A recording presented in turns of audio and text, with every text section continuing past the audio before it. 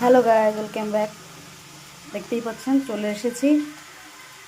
এটা আলু আছে, পনির, মটর, বিনস, টমেটো, পেঁয়াজ, ধনেপাতা। আমি ফার্স্টে আলুগুলি দিয়ে একটু কষিয়ে নেব, হালকা শ্যালো ফ্রাই করে নেব। এভাবে আমি পনিরটাও শ্যালো ফ্রাই করে নেব।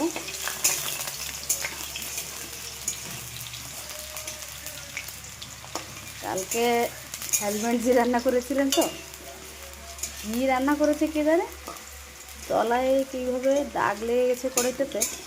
আমি সকালে আর তাড়াহুড়োতে আর ওটা উঠাইতে পারি না, কেমন যেন কালো কালো একটা ভাব আছে। ঠিক আছে, যখন টাইম পাবো তখন ওটা পরিষ্কার করে নেব। আমি তো আগেই বলেছি একটু ব্যস্ত আছি বলে আজকে আর সেইভাবে কামগুলি করা হচ্ছে না।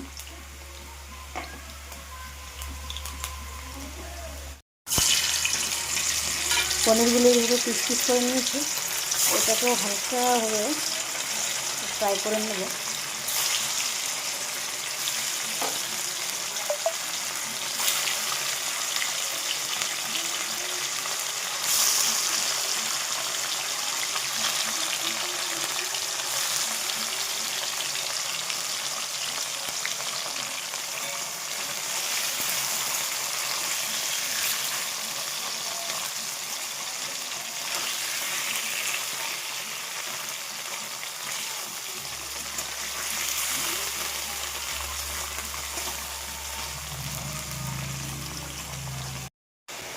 দেখতে পাচ্ছেন আদা, পেঁয়াজ, রসুন গ্রাইন্ড করে মশলাটা বেটে আমি কষিয়ে নেব।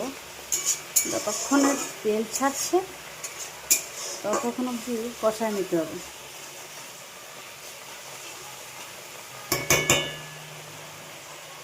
পাশে দেখেন মূলা ভাজা, মূলোর পাতা সাথে আমি মূলো ভাজি, আমার কাছে ভালো লাগে।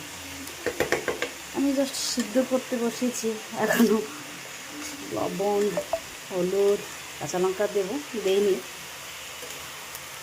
আগে এটা একটুখানি সিদ্ধ হয়ে যায়, তারপরে আন্দাজ করে সব দেওয়া যাবে।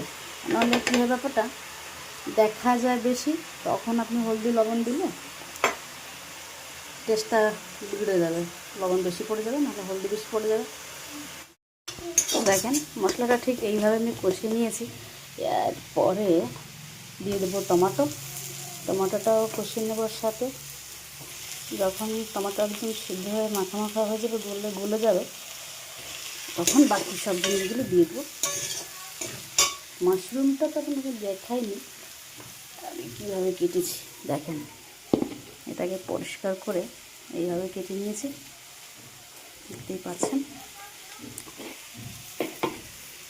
এখন টমাটোটা এমন হয়ে আসার পরে আমি মশলাটা দিয়ে নেব, তারপরে পেঁয়াজটা দিয়ে নেব।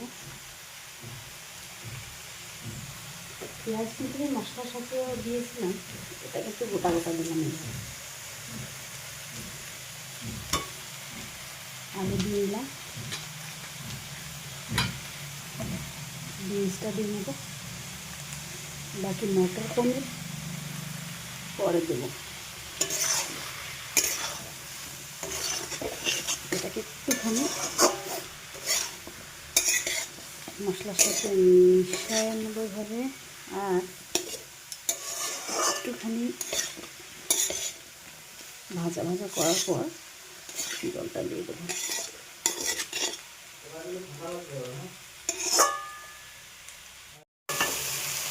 দেখেন হয়ে গেছে,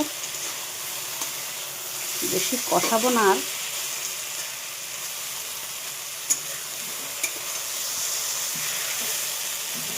এখন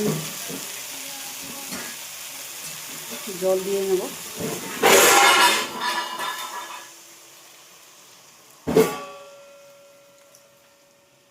আর একটু লাগবে, জল দেওয়ার পরে জলটা যখন একটু ফুটে গরম হয়ে যাবে, তখন পনিরটা দেবো।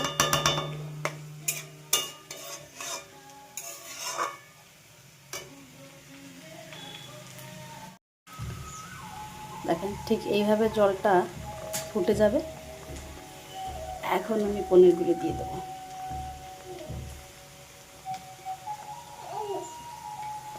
আগে মাম্মা,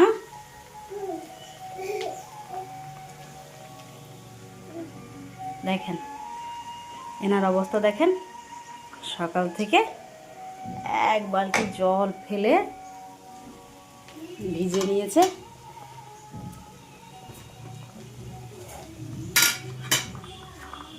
সাথে মটরশুঁটিগুলো দিয়ে দেবো, কারণ এটা আবার সিদ্ধ হবে, তার জন্য টাইম লাগবে।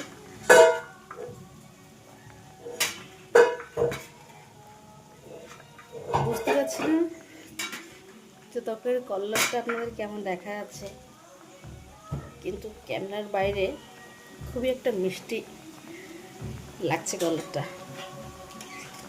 এখন একটু নাড়িয়ে দেখাই ব্যাপারটা কেমন লাগছে। ব্যাস,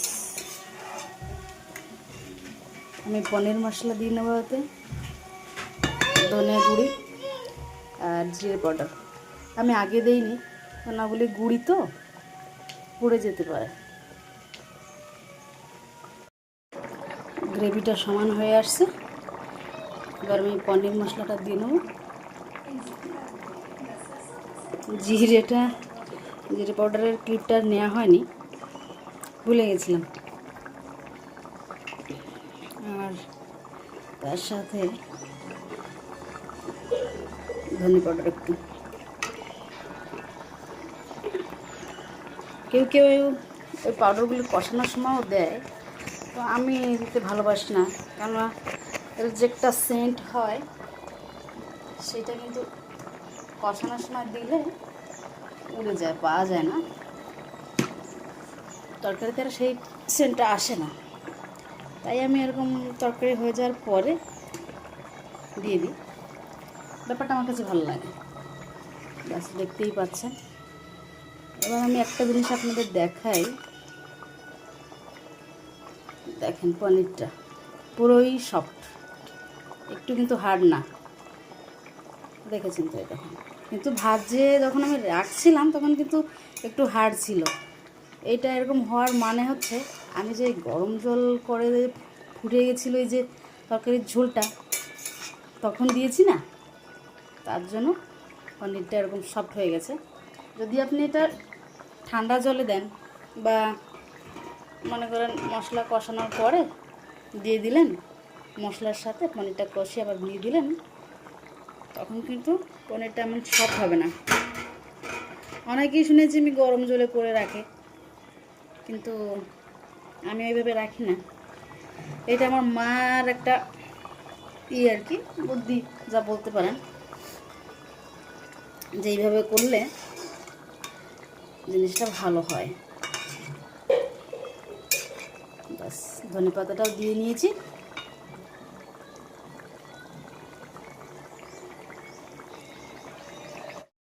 দেখেন তরকারি আমার হয়ে গেছে, কত একটা সুন্দর কালার আসছে।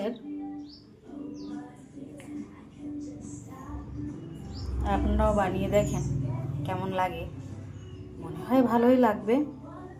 বানাতে পারলে সবই ভালো লাগে। ঠিক আছে, থাকলাম, নমস্কার।